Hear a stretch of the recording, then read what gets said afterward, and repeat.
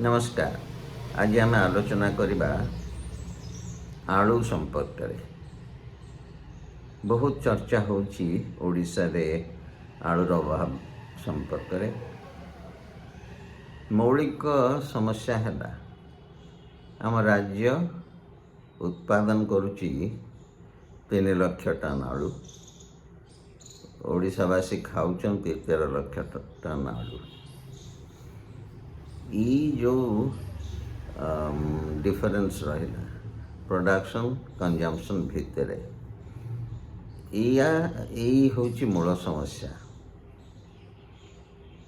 बहु वर्ष धरी ओडिशा सरकार कागज कलम रे प्रतिश्रुति दे आसिचंती जे आलू रे राज्य स्वावलंबनशील हब, किंतु फल नैराश्यजनक। आलू मिशन कथा कह जाउची किंतु फल मिलुनी। चलते आउ बेसी आलोचना नकरी एथर आलू चाष करवा, सेटा होची मौलिक प्रसंग। आलू चाष करवा एवं आलूर वितरण पाई गोटे सुंदर पद्धति अवलंबन करवा। 13 लाख टन बा 15 लाख टन आलू उत्पादन पाई आमको दरकार मोटे 50 ରୁ 60 हजार हेक्टर जमी। एटा किसी बड़ आयतन जमी कथा मु कहूनी। भावन्तु आमे ओडिशा रे धान लगी केते जमी व्यवहार करुचे। आमे 44 लाख हेक्टर जमी रे धान चाष करुचे। मु मागुची आज आलू पाई केवल 60 हजार हेक्टर। बड़ कथा नुहे। आमर एग्रो क्लाइमेटिक कंडीशन जो फेवरेबल सेठी 60 हजार हेक्टर जमी मिलवा किसी बड़ कथा नुहे। मो विचार रे आमे 4टी जिला प्रति स्वतंत्र ध्यान देवा। कोरापुट, रायगड़ा, कलाहांडी, कंधमाल ये 4टी जिले रे आमे गोटे कार्यक्रम नवा 60 हजार हेक्टर आलू चाष पाए। यहाँ संभव माने गोटे बड़ कथा मु कहूनी। आपन देखंतु वेस्ट बेंगल वर्तमान 13 मिलियन माने 130 लाख टन आलू उत्पादन करुछि। 4,30,000 हेक्टर जमी।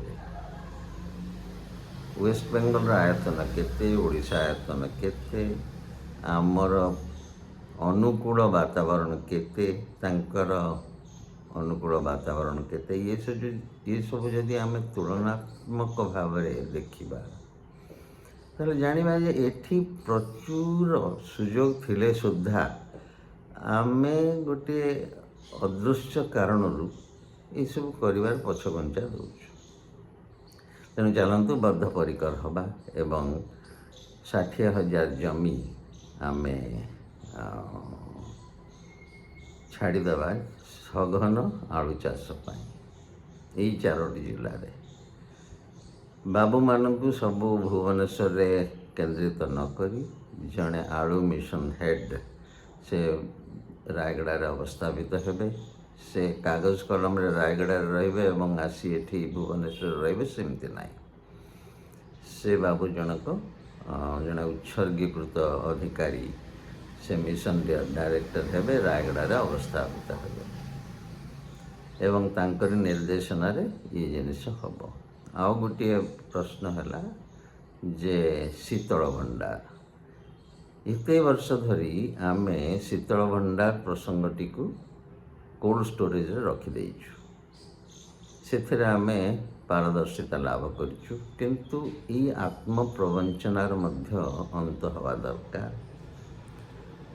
आमे वर्तमान प्राय 250 कि 300 कोल्ड स्टोरेज, प्रत्येक कोल्ड स्टोरेज कैपेसिटी 5000 टन हम ताकू सृष्टि करवा युद्धकालीन भित्ति यार आनुमानिक खर्च हम इन्वेस्टमेंट हम प्राय 1000 कोटी जोटा आम सरकार मेट्रो प्रोजेक्ट बाबद खर्च करने लगे आगे आसती मागुची 1000 कोटी 1000 कोटी तो कैपिटल कॉस्ट मु सब मागुनी एंटरप्रेन्योर अधा पैसा देवे आमे अधा पैसा दबा 500 कोटी मागुची आमे मेट्रो करवा ना आलू करवा ये प्रश्न तेणु युद्धकालीन भित्ति कोल्ड स्टोरेज सेमती 5000 टन क्षमता प्राप्त प्राय 250-300 कोल्ड स्टोरेज से ही अंचल से ही 4टी डिस्ट्रिक्ट हम ये आपण करंतु 5 वर्ष रे आमे स्वावलंबी हवा कागज कलम रे आलू चाष करवानी प्रकृत रे जमी रे आलू चाष हम एवं आमे आत्मनिर्भरशील जे हवानी ता नुहे जदि दरकार हुए ताहले किछि अन्य राज्य को भी दे पारिबे। आपण आश्चर्य हेबे जे केवल जे वेस्ट बेंगल 13 बा 14 मिलियन टन आलू चाष करी यूपी संगे समान होची ता नुहे आम पड़ोसी छोट आयतन विशिष्ट राज्य छत्तीसगढ़ हो बा झारखंड हो सेठी 8-9 लाख 7-8 लाख टन आलू प्रोडक्शन होची अथच आमे 3 लाख टन रे रही जाउछु। तेणु मोर आज आपण मानकु विनीत अनुरोध जे ये परिस्थिति गुरुत्व आमे उपलब्धि करी गोटे युद्धकालीन भित्ति यही मोटामोटी यही खसड़ा प्रस्तुत करी ताकू केमती कार्यकारी करवा से दिगरे आगे आसवा। धन्यवाद।